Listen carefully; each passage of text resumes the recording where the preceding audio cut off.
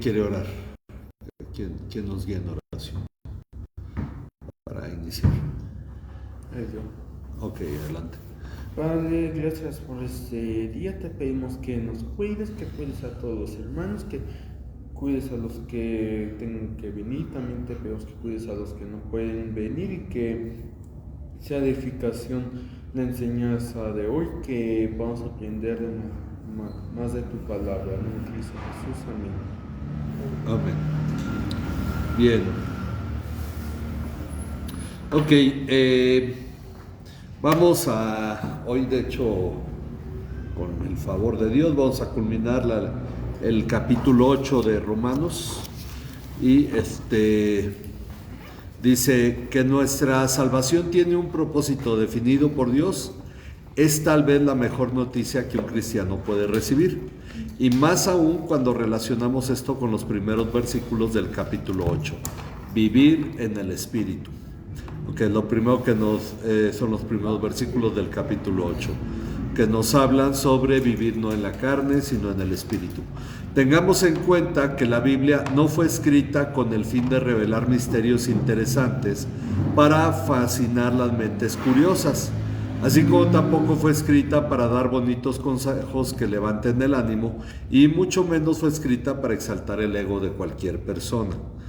La realidad es que la Biblia fue escrita para que entendamos la voluntad de Dios y así ser transformados a la imagen de Cristo. Por lo tanto, es apropiado que relacionemos cada parte de este capítulo de principio a fin para tener claro el sentido de por qué debemos vivir en el Espíritu y no en la carne. Bien, ¿por qué señalamos el propósito de la Biblia? Porque en realidad lo que nos está revelando tiene que ver con el hecho de que nuestra vida tiene que cambiar. No es solamente para que digamos, y ahora ya sé algo más, o para que uno simplemente se sienta motivado y salga bien animado, pero su vida no cambie, sino que el propósito de la Biblia es que seamos transformados. Bueno, vamos a leer los versículos del 30 al 38, un versículo cada quien. Empezamos con Josué. Romanos 8, a partir del 30. A los que predestinó, a esos también llamó. A los que llamó, a esos también justificó. A los que justificó, a esos también glorificó.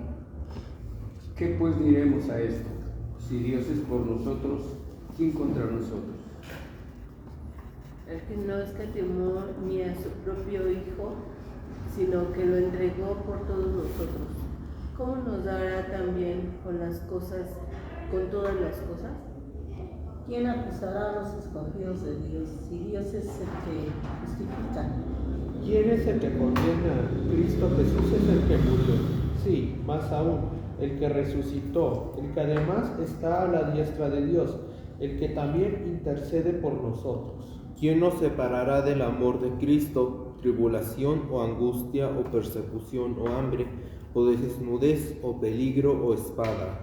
Tal como está escrito, por causa tuya somos puestos a muerte todo el día, somos considerados como ovejas para el matadero. Pero en todas estas cosas somos más que vencedores por medio de aquel que nos amó. Porque estoy convencido de que ni la muerte, ni la vida, ni ángeles, ni principados, ni los presentes, ni lo porvenir, ni los poderes. El 39. Ni lo alto ni lo profundo, ni ninguna otra cosa creada nos podrá separar del amor de Dios, que es en Cristo Jesús, Señor nuestro.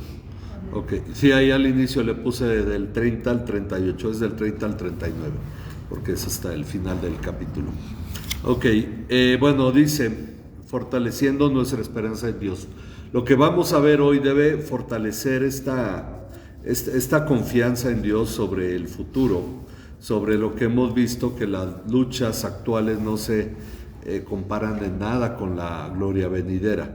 Bueno, dice, recordemos que ahora somos hijos de Dios, que hemos recibido el espíritu de adopción y somos coherederos con Cristo.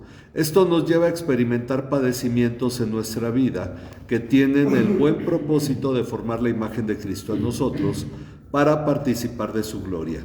Y así es como podemos resumir el sentido de vivir de acuerdo al Espíritu para no andar conforme a la carne. Es decir, tener la mente de que Dios está trabajando en mí para que yo llegue a ser la imagen de Cristo en todas las cosas que estoy viviendo y por lo tanto yo pueda participar de la gloria de Jesús. Dice, además de esto debemos recordar que habiendo sido esclavos del pecado, llevados a la muerte, fuimos librados por Dios cuando Él ofreció a su Hijo como ofrenda por el pecado. Y así, al participar nosotros de su muerte y resurrección, fuimos libres para vivir ya no según la carne, sino según el Espíritu. Bueno, la carta afirma que el plan de Dios se desarrolla conforme al siguiente orden. Repetimos del estudio pasado el versículo 30 que dice, a los que predestinó. Ok, esto es para recordar un poquito sobre este orden que vimos. A los que predestinó,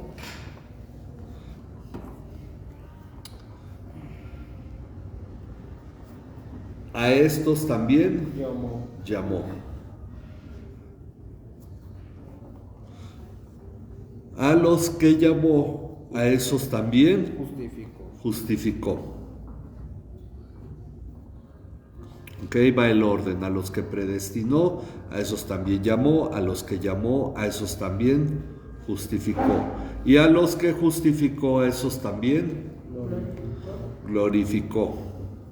Ok, el orden de la obra de Dios.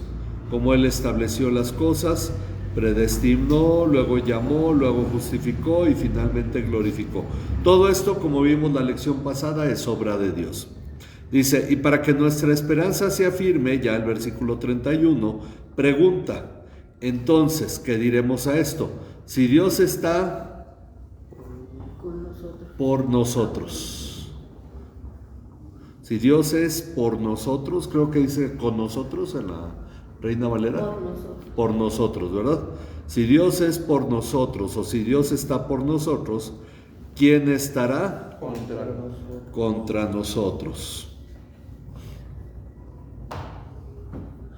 Ok, hay un aspecto importante que caracteriza a todo aquel cristiano verdadero que ha entendido el sentido de esta vida. Y la verdad es que yo espero que esto los identifique a todos ustedes. Dice, y este es el preguntarse, ¿qué tan capaz soy de vivir conforme a lo que Dios enseña en su palabra? ¿Qué probabilidad hay de que en verdad yo llegue a ser glorificado por Dios si fallo demasiado y la atracción del mundo es demasiado fuerte en ocasiones? Bueno, ese es el sentido de este versículo. Dios está por nosotros, por lo tanto no hay oposición que no pueda ser derrotada. Entonces, la pregunta yo espero que todo cristiano la haga, porque quien no en realidad ha puesto su mirada en Cristo, pues no se está preguntando si en verdad le importa a Dios lo que hace, no se está preguntando si en verdad va a llegar a ser la imagen de Cristo, porque en realidad no tiene a Dios presente en su mente, ¿verdad? Entonces, por eso el cristiano verdadero es el que se preocupa si ha fallado y si Dios volverá a obrar en su vida. Y entonces esto es lo que viene. Si Dios es por nosotros, ¿quién contra nosotros? Bueno, vamos a ver primera de Juan 5, hablando precisamente de esta situación de victoria o de derrota. Primera de Juan 5, del 4 al 5. Porque todo lo que es nacido de Dios vence al mundo. Y esta es la victoria que ha vencido al mundo, nuestra fe. ¿Quién es el que vence al mundo? Sí, sino el que cree en Jesús y es nacido de Dios. Que cree que Jesús es el Hijo de Dios, ¿no? Ok, entonces dice que todo lo que es, este pasaje expone lo mismo desde la perspectiva del nuevo nacimiento, porque todo lo que es nacido de Dios. Esta es la forma de referirse al nuevo nacimiento. Todo lo que es nacido de Dios. ¿Qué nace de Dios? El cristiano. ¿Qué hace? Vence al mundo. En este sentido, el mundo como la oposición para nuestra transformación. Todo lo que es nacido de Dios vence al mundo. Y esta es la victoria que ha vencido al mundo. ¿Cuál es? Nuestra fe. Nuestra fe. es la victoria que ha vencido al mundo. En un momento lo comentamos. ¿Y quién es el que vence al mundo sino el que cree que Jesús es qué? El Hijo de Dios. El Hijo de Dios.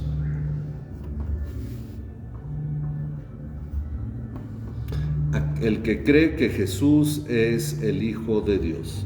Bueno, este pasaje a su vez se deriva de Juan 6:33. Vamos a ver, sí, nada más que termine de anotar nuestra hermana. Ok, que Jesús es el Hijo de Dios. Va bien, ¿verdad, hermana? A mí me toca. Sí. Vamos a ver Juan 6:33. Juan 6:33. Luego viene Gálatas 2:20, para que lo vayan buscando. No hay ahora muchos versículos, bueno, sí, un poco más adelante. Pero, ok, vamos a ver Juan 6:33, que diríamos que es de donde se deriva este pasaje. 33.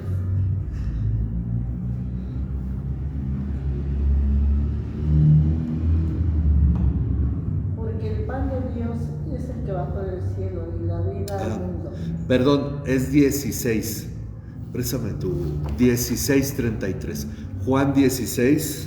Sí, hasta ahorita me estaba cayendo el 20 que le puse. Es 16:33. Sí, perdón.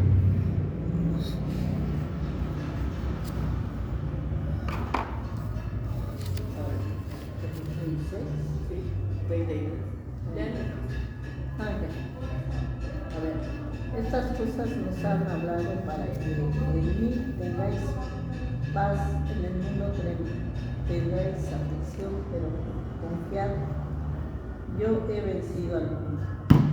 Ok, entonces estas cosas les he hablado para que en mí tengan paz. Ok. Luego, hablando precisamente sobre las luchas, padecimientos, dice, en el mundo tienen aflicción, en la Nueva Biblia de las Américas dice tribulación, como quieran ponerle. De hecho, aquí es interesante porque es exactamente la misma palabra en griego que es usada en Apocalipsis cuando habla de los que van saliendo de la gran tribulación, porque en realidad esto nos ayuda a interpretar que la tribulación es este tiempo.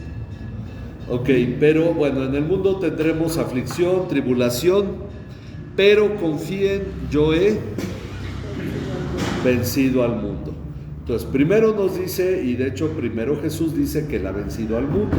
Después nos dice que nosotros vencemos al mundo. Pero exactamente, ¿qué significa vencer al mundo?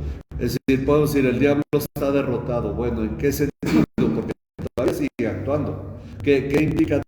Bueno, es el hecho de que toda oposición que pudiera haber esa transformación ha sido vencida. Eso dice, si Dios es por nosotros, ¿quién contra nosotros? Entonces significa que si Dios se ha propuesto transformarnos a la imagen de Cristo para glorificarnos, lo va a hacer. Estamos en medio de la batalla por avanzar en eso, porque la mayor lucha, dice la palabra, está en nuestros miembros, está en nuestra mente, es donde peleamos más, pero de que Dios logrará su propósito, lo logrará, porque no hay ninguna cosa que se oponga a Él. Ahora, eso nos lleva a nosotros a ser vencedores también. Por eso leímos, si no, a veces nos sentimos derrotados, que no podemos cambiar, que no crecemos, etc. Bueno, este es el punto de entender que si este es el propósito de Dios, ¿quién puede oponerse al plan de Dios? Dice, y es de esta forma en que nosotros somos colocados en medio de la obra de Dios. Jesús venció al mundo, y pese a que nosotros padecemos aflicción en el mundo, si hemos creído en Jesús, si hemos creído que Jesús es el Hijo de Dios, entonces hemos nacido de Dios y por lo tanto vencemos al mundo. Por lo tanto, lo que nos corresponde es creer, pues es por esa fe en Cristo que vencemos al mundo. Un aspecto importante entonces es el hecho de que nosotros simplemente vamos siguiendo una obra victoriosa de Cristo. ¿Ok? Entonces dice, bueno, no sé si hay preguntas hasta aquí. A esto es a lo que el apóstol Pablo se refiere en su propia experiencia. Vamos a ver Gálatas 2:20. Con Cristo he sido crucificado, y ya no soy el que vive, sino que Cristo vive en mí. Y la vida que ahora vivo en la carne, la vivo por la fe en el Hijo de Dios, el cual me amó y se entregó a sí mismo por mí. Ok, entonces él dice, con Cristo he sido crucificado. Con Cristo he sido crucificado. Es decir, yo padezco con Cristo, yo vivo en las aflicciones de Cristo. Con Cristo he sido crucificado, ya no soy yo el que vive. Ese sería el siguiente. Ya no soy yo el que vive, sino que Cristo vive en mí. La vida que ahora vivo en la carne. Aquí uno diría, no, pero no, que no debemos andar en la carne. Bueno, por esa razón ya nos dedicamos a establecer que la carne como tal no se refiere al pecado, sino a lo terrenal. Lo que vivo en lo terrenal. O lo que ahora vivo en la carne, la vida que ahora vivo en la carne, la vivo por la fe en el Hijo de Dios, el cual me amó y se entregó a sí mismo por mí. Entonces recordemos, Pablo dice, bueno, ahora vivo en la carne, y ya dijimos, la cuestión de la carne es vivir basado en lo terrenal. Eso termina llevándonos al pecado, si nuestra vida se basa en lo terrenal. Pero dice, podríamos decir que esta es una excelente exposición de lo que significa vivir en el Espíritu. Si vamos a vivir en el Espíritu, tenemos que entender que en realidad es Cristo viviendo en nosotros, pese aunque aún vivimos en la carne. Es decir, aunque aún nos encontramos en este mundo natural, donde aún nuestro cuerpo aguarda la glorificación y estamos expuestos al pecado constantemente. Vivo en la carne, sí. Soy esclavo del pecado, ya no, pero soy susceptible de pecar porque todavía estoy en esta tierra, todavía estoy en la carne. Pero eso significa que si solo soy susceptible, puedo vivir sin pecar. La cuestión es que debo vivir de acuerdo al Espíritu. Dice, pero a pesar de todo esto, es posible que la duda permanezca, pues alguno podría decir, pero si a mí siempre me va mal en todo, ¿cómo es que yo puedo llegar a ser glorificado con Cristo? ¿Quiere Dios hacer esto en mí? Uno puede decir, bueno, yo sé que Dios puede, es todopoderoso, pero en realidad quiere hacerlo. Y entonces el pasaje nos entrega la más alentadora y hermosa verdad acerca de Dios respecto de nosotros. Dice, el que no negó ni a su propio hijo. Me gusta el término, la Reina Valera dice, el que no escatimó ni a su propio hijo. Es decir, ni siquiera se puso a pensar si debía o no mandarlo. El que no negó ni a su propio hijo, sino que lo entregó por todos nosotros. ¿Cómo no nos dará también junto con él todas las cosas? Si nuestra mente está en la teología de la prosperidad, bueno, pues entonces ya que nos dé un Ferrari, nos dé una residencia con alberca y todo ese tipo de cosas, digo, pues finalmente ya me dio la vida de su hijo, pues cómo no me dará todas estas cosas, ¿no? Que generalmente uno piensa, porque estamos hablando de que esto está enfocado en la carne, es algo muy terrenal. Bueno, dice, esta verdad es muy impactante. Pues el hecho de que Dios enviase a su Hijo eterno a participar de la débil y frágil naturaleza humana, a sabiendas de toda la humillación a la que habría de ser expuesto, pese a la incredulidad humana, y a que finalmente será llevado a sufrir la muerte en la cruz, cargando todos nuestros pecados, debe dejarnos completamente claro que el Dios Todopoderoso, Creador y Dueño de todo lo que existe, incluidos nosotros, entregó lo más preciado por nosotros. Lo entregó, lo más preciado no para nosotros, sino lo más preciado para Él, lo entregó por nosotros. De tal modo que ¿cómo podríamos pensar que le pesaría darnos algo menor para nuestra santificación y glorificación?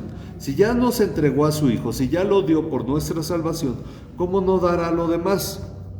¿Qué cosa le sería difícil dar a aquel que entregó a su propio Hijo a fin de que lleguemos a ser la imagen de Él? Esto debe alentarnos en cuanto a la obra que Dios está realizando en nosotros, sobre todo si no nos sentimos victoriosos en esta vida. Entonces, bueno, siempre me ha salido todo mal, pero recordemos una cosa: si yo amo a Dios, todas las cosas ayudan a bien. Y en algún modo Dios me va a llevar a esta victoria, y precisamente por eso es posible que muchas cosas que esperaría no ocurran.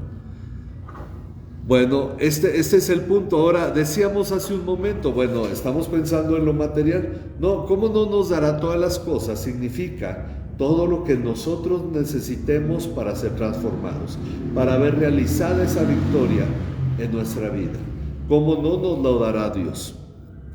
Bueno, por lo tanto, dado que esta es la obra de Dios, la carta pregunta: ¿quién acusará a los escogidos de Dios?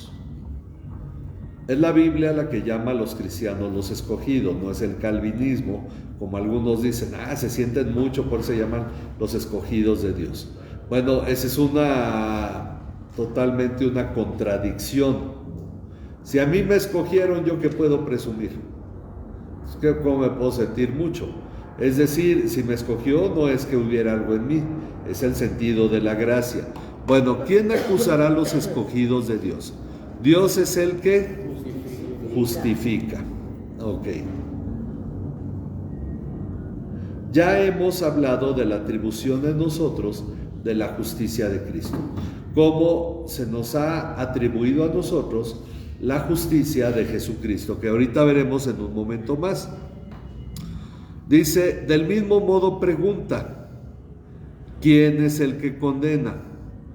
Cristo Jesús es el que murió. Cristo Jesús es el que murió.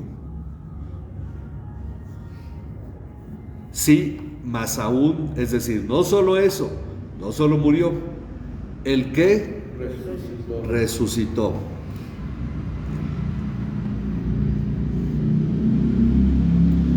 El que además está a la diestra de Dios, a la mano derecha de Dios.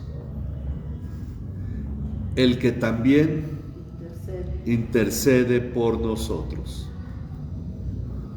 Cristo Jesús murió, resucitó, está a la diestra de Dios e intercede por nosotros. Esta es la descripción de la obra de Cristo. Dice, este pasaje debe llevarnos presta tantito tú. Si hay que quitar el del. Este pasaje debe llevarnos a través del conocimiento de la salvación por la fe en Cristo a la comprensión de la grandiosa obra, de la grandiosa obra de Dios detrás de ello. Es decir, muchos cristianos saben que hay que creer en Cristo para ser salvos, pero ¿cómo opera esto? Hay que entenderlo, sí, porque Dios espera que lo entendamos. Algunos dicen, yo no necesito saber cómo operó mi salvación para ser salvo. Ok, pero sí lo necesito saber para crecer.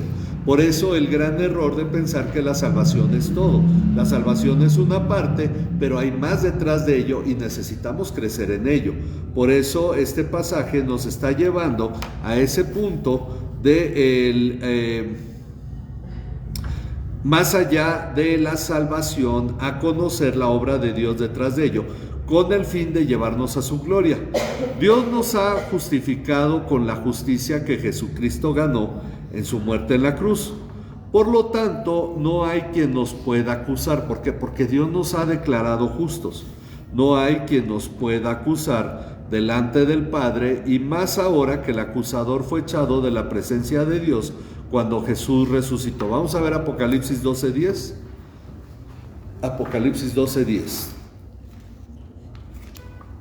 Iba a poner ahí cuando Jesús murió y resucitó. Nomás. 12:10. Sí, 12:10. Entonces oí una gran voz en el cielo que decía: ahora ha venido la salvación, el poder y el reino de nuestro Dios y la autoridad de su Cristo, porque el acusador de nuestros hermanos, el que los acusa delante de nuestro Dios día y noche, ha sido arrojado. Ok, el diablo fue echado de la presencia de Dios y entendemos cuándo. Cuando Jesús murió, pagó por nuestro pecado y entonces se estableció la justicia de Cristo, ya no queda más lugar para la acusación. Por eso dice: ¿quién acusará a los escogidos si el diablo ya fue echado de la presencia de Dios a la tierra? Por lo tanto, la carta expone el ministerio de Cristo como sacerdote. Miren, aquí vamos a ver algunos pasajes. Hebreos 8:3. Sí. En ese, por ejemplo, que dice, el acusador, el diablo, ¿no? A final de cuentas acusa las cosas que hemos cometido, por así decirlo. Ajá. Entonces, por ejemplo, los escogidos, los que son salvos, ya no tiene cómo acusarlos, ¿no? Porque han sido justificados. Ajá. Pero entonces, en general, cuando Dios juzga, o cuando Dios va a juzgar a todos, sí, por igual, Él está juzgando de manera de lo que le acusa el diablo, o es de lo que Dios juzga mediante las cosas que hemos hecho. Pero... Ok, digamos que poniendo el cuadro que si al final morimos, vamos delante de la presencia de Dios, ¿está el diablo acusándonos ahí? Ajá. No, eso ya no ocurre. Eso ya no ocurre porque el diablo fue echado de la presencia de Dios. Cuando en el libro de Job el diablo se presenta delante de Dios, y en cierto modo no es que Job acuse a Dios, sino que Dios le dice a Job: has visto a mi siervo Job, que es intachable. Entonces el diablo le saca una acusación. Bueno, ¿cómo no te va a glorificar, obedecer si lo has bendecido con mucho? Eso ocurría en el antiguo pacto. En el nuevo pacto el diablo ha sido echado a la tierra, no al infierno siquiera, a la tierra. Era el acusador delante de Dios. Ahora, ¿quién acusa? Jesús dijo, cuando vimos el estudio de Romanos, ahí en Romanos 3, por ahí del versículo 17, 18, dice que quien nos acusa es la palabra que Él ha hablado. Y también dice en otra parte que Moisés es el que acusa a los judíos, porque teniendo la ley no la cumplieron. Entonces, digamos que ya no necesitamos ser acusados por el diablo, hay otros factores que acusan al ser humano. Entonces, cuando dice, esta es la condenación en el mismo capítulo 3, que la luz vino al mundo y los hombres amaron más las tinieblas que la luz, entonces está señalando que no es necesario ser acusados, sino que ya su propia elección o el libre albedrío que lleva al ser humano a elegir la oscuridad, le ha acusado para condenación. Entonces, ya no es realmente que el diablo, se requiera que el diablo nos acuse para condenación, sino que ya Dios juzgará de acuerdo de cómo ya vivimos cada uno. Entonces, esta es la cuestión donde ya el papel de acusador del diablo ya no es el que ocurre. Entonces, muchos piensan que el diablo está... la idea humana es que el diablo está en el cielo acusando o está en el infierno maquinando planes y moviendo, es más al estilo Dante Alighieri, está castigando gente como si fuera el carcelero de Dios. No, el diablo fue echado a la tierra. Es en la mitología griega donde el diablo va al infierno. No el diablo como tal, sino Hades, el dios del Hades, del inframundo. Entonces, por eso al inframundo los griegos lo llamaban Hades. Y entonces eso es parte de la mitología griega. Pero no, el diablo no está en el infierno, está en la tierra, fue echado a la tierra. Por eso dice, ay de los habitantes de la tierra, porque el diablo fue echado. Y ese es el asunto que nosotros debemos de tener claro. Por eso la pregunta es, ¿quién acusará a los escogidos de Dios? El asunto es que de hecho, el que puede darle testimonio a nuestro espíritu y mover nuestra conciencia es el Espíritu de Dios, que ha traído una purificación de conciencia. Pero ahora ya no es el diablo el que nos acusa, es el Espíritu el que nos redarguye como cristianos. Es una gran diferencia, ¿verdad? Y este es el punto, porque ya Dios está delante, nosotros estamos ya delante de Dios, justificados por Cristo. Bueno, dice, entonces, ahora, la carta expone el ministerio de Cristo como sacerdote. Él fue el que murió y no solo eso, también resucitó. Vamos a ver Hebreos 8.3. Sigue Eliseo, ¿verdad? Ok, Hebreos 8.3, ¿quién lo tiene? Ya lo tengo. Porque todo sacerdote está constituido para presentar ofrendas y sacrificios, por lo cual es necesario que este sumo sacerdote también tenga algo que ofrecer. Ok, entonces nos dice que para que Jesús fuera sumo sacerdote debía tener algo que ofrecer. Eso que en Juan 10:18, a ver si alguien, bueno, si quieren leer Juan 10:18, Natán.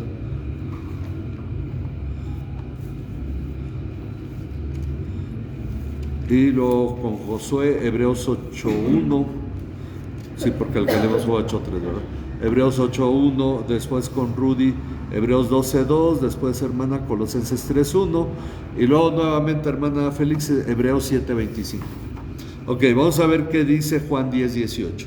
Nadie me la quita, sino que yo la doy de mi propia voluntad. Tengo autoridad para darla y tengo autoridad para tomarla de nuevo. Este mandamiento recibí de mi Padre.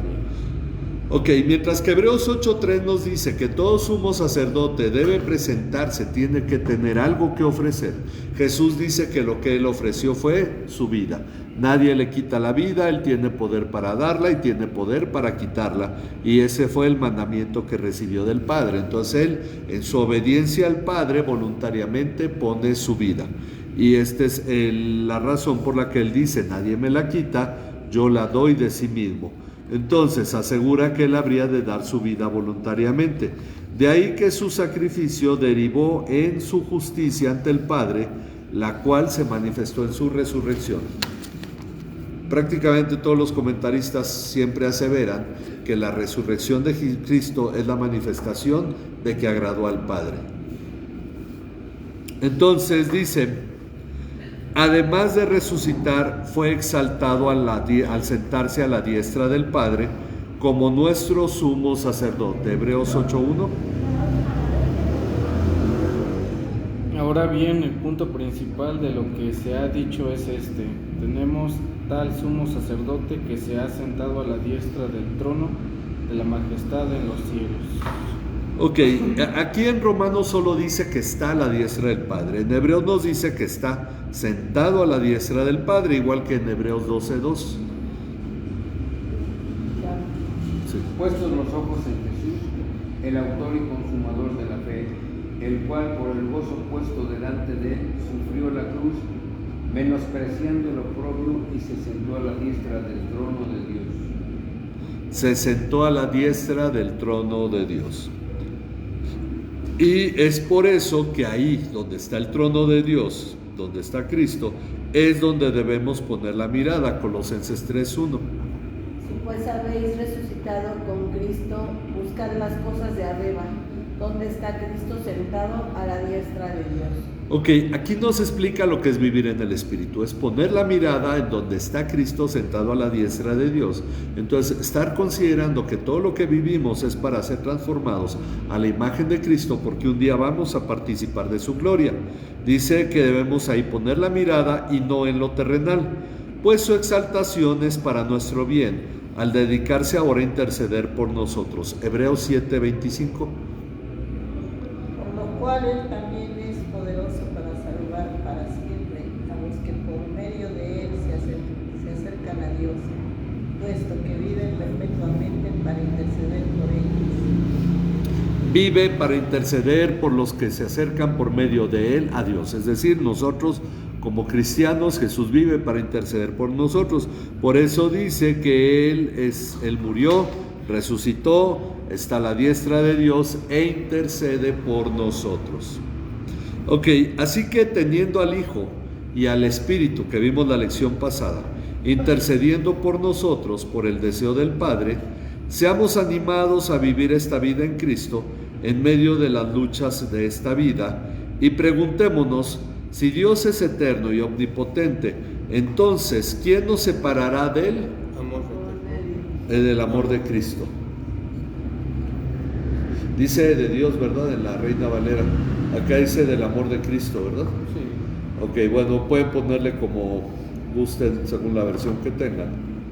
¿Quién nos separará del amor de Cristo, del amor de Dios? Tribulación, o angustia, o persecución, o hambre, o desnudez, o peligro, o espada. Si Dios nos ama, va a cumplir su propósito, porque ya decíamos, primero podemos pensar, ¿puede Dios? Sí, Dios puede llevarnos a la transformación. Ok, la segunda pregunta es, ¿y quiere Dios hacerlo? Sabemos que tiene el poder y creemos que Él puede cambiarnos, pero ¿quiere hacerlo? Y ahí viene el punto, ¿quién nos separará del amor de Dios? Dios puede hacerlo y Dios quiere hacerlo. Entonces dice, pues aunque padecemos por Cristo, tal como está escrito. Qué interesante que en medio de todo este canto de victoria y de esperanza que nos da, nos recuerda una cosa, que está escrito, por causa tuya somos puestos a Tribulación. muerte. A muerte, ¿verdad? No sé, en la Reina Valera dice, somos muertos cada día, ¿no? Ok, somos puestos a muerte todo el día. Somos considerados como ovejas para el matadero. ¿Es la aflicción una realidad para el cristiano? Sí. Es un medio por el cual Dios nos está transformando. De hecho, nos dice que somos como ovejas puestas para el matadero. Acaba de hablar del amor de Dios. Bueno, el amor de Dios no evitó que José fuera vendido, pero cumplió un propósito de Dios. El amor de Dios no evitó que Daniel fuera como esclavo a Babilonia y no evitó que fuera echado al foso de los leones, pero cumplió el propósito de Dios. Ahora, si viéramos a Daniel y a José en el cielo, ¿ustedes creen que se quejarían? Y el punto es que ni aquí en la tierra se hubieran quejado. Entonces vemos cómo Dios cumplió su propósito en la vida de ellos. Y por esa razón nos dice entonces que pese a todas estas cosas somos más que vencedores por medio de aquel que nos amó. Entonces, ¿es el conflicto, la aflicción, una comprobación de si Dios nos ama o no? No, no lo es. El hombre amado por Dios se llamó Jacob. A Jacob amé, dice Dios. Él eligió, lo vamos a ver de hecho en el siguiente capítulo. Pero cuando Jacob se presenta delante de Faraón y le pregunta sobre su edad, le dice duros y difíciles años de mi vida. ¿Por qué? Porque él perdió a la mujer que amaba. Para empezar, después, una vez que se fue de casa de su padre, no volvió a ver a su mamá, o al menos se estima que así fue. Perdió a la mujer que amaba, se quedó con la otra esposa y con las dos concubinas. Luego su hijo amado, él vivió muchos años, más de 10 años, pensando que había muerto. Y finalmente él era un hombre amado por Dios. Entonces nosotros debemos considerar que eso no determina si Dios nos ama o no.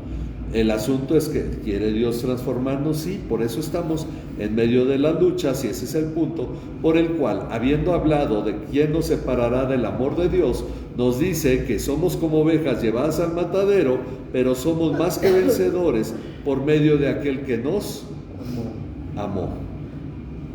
Entonces tenemos esta enseñanza para poder ubicar correctamente las luchas de esta vida. Dice, tras leer todo esto, ¿habrá algo más que Dios deba decirnos para garantizar el cumplimiento de su obra en nosotros? Si Dios es por nosotros, ¿quién contra nosotros? Si nada puede separarnos del amor de Dios. Entonces, el punto es que en medio de las luchas, finalmente Él nos sigue amando. ¿Hay algo más que Dios deba decirnos para garantizar el cumplimiento de su obra en nosotros? ¿Habrá algo que pueda oponerse a Él en este mundo cuando Él es eterno y todo lo demás es creado? Estamos en un mundo lleno de cosas creadas y el único que no es creado y es eterno es Dios.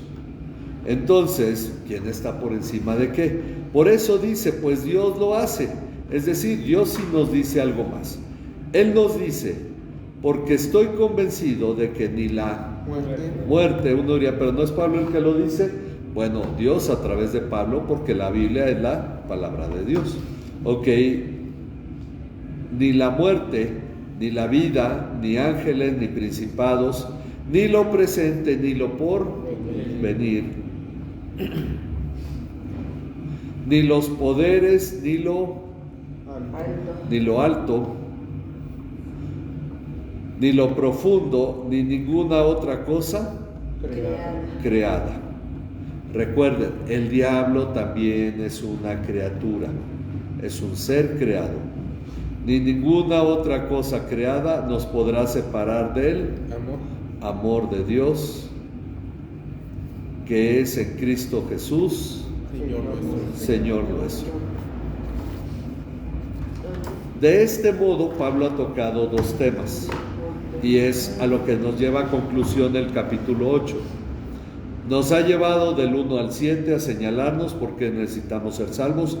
Nos ha llevado todo el capítulo 8 señalándonos por qué debemos vivir como cristianos. Y ahora estamos listos para pasar a otra etapa en la carta a los romanos, para no hacer un revoltijo como algunos que luego quieren irse a los últimos versículos del capítulo 11, sino que vamos entendiendo ya la obra de Dios. Entonces no sé si hay alguna pregunta. ¿No? Entonces queda claro, ya vamos viendo y entendiendo por qué en esta vida debemos batallar, porque es parte también de esta vida. Así Dios lo ha destinado para que seamos transformados. Bueno, pues vamos a orar, y una de las cosas que compartí en la semana, bueno, ahorita me estoy acordando si la puse o no, es que pues debemos orar porque Dios le dé paz a Dani, que pasó por una cirugía. Él no comprende muchas cosas y no tiene muy claro qué es lo que ha estado ocurriendo ahora que fue operado, y bueno, si se le explica no sabemos qué tanto pueda comprender. El asunto es que él ha estado muy nervioso. Nuestra hermana Austolia nos pide que oremos porque Dios le dé paz, porque calme sus nervios, y todavía va a estar en un proceso de recuperación, esperando otra cirugía, y pues confiamos en Dios que en todo este tiempo Dios obre en su espíritu, obre en su corazón, en su mente, y le dé paz para que él pueda estar tranquilo, pueda descansar, pueda comer, pueda reponerse completamente. Así es que vamos a orar por él, vamos a orar por la tía de nuestra hermana Rosario, por Ángela Ayala, y por todo lo que ahorita ella está viviendo en una etapa terminal que se ha extendido mucho. Pues es finalmente nuestra petición que Dios manifieste su gracia sobre ella, primeramente en salvación, y que pues tenga misericordia de ella en medio del sufrimiento, del dolor que está experimentando. Entonces vamos a tomar este momento para orar, vamos a ponernos en las manos de Dios, y les recordamos que tenemos reunión de oración pasado mañana a partir de las 6 hasta las 9 de la noche para el tiempo en que nos quieran acompañar. Vamos a orar. Padre, alabamos tu nombre, bendecimos tu nombre porque tú eres bueno con nosotros, y en todo lo que estamos viendo es que es cierto, esta vida está llena de batallas, está llena de luchas, pero tú nos animas a través de tu palabra, y no solo nos animas, nos indicas cómo debemos vivir, poniendo la mira en las cosas de arriba, poniendo la mira en la obra que tú realizas, Señor.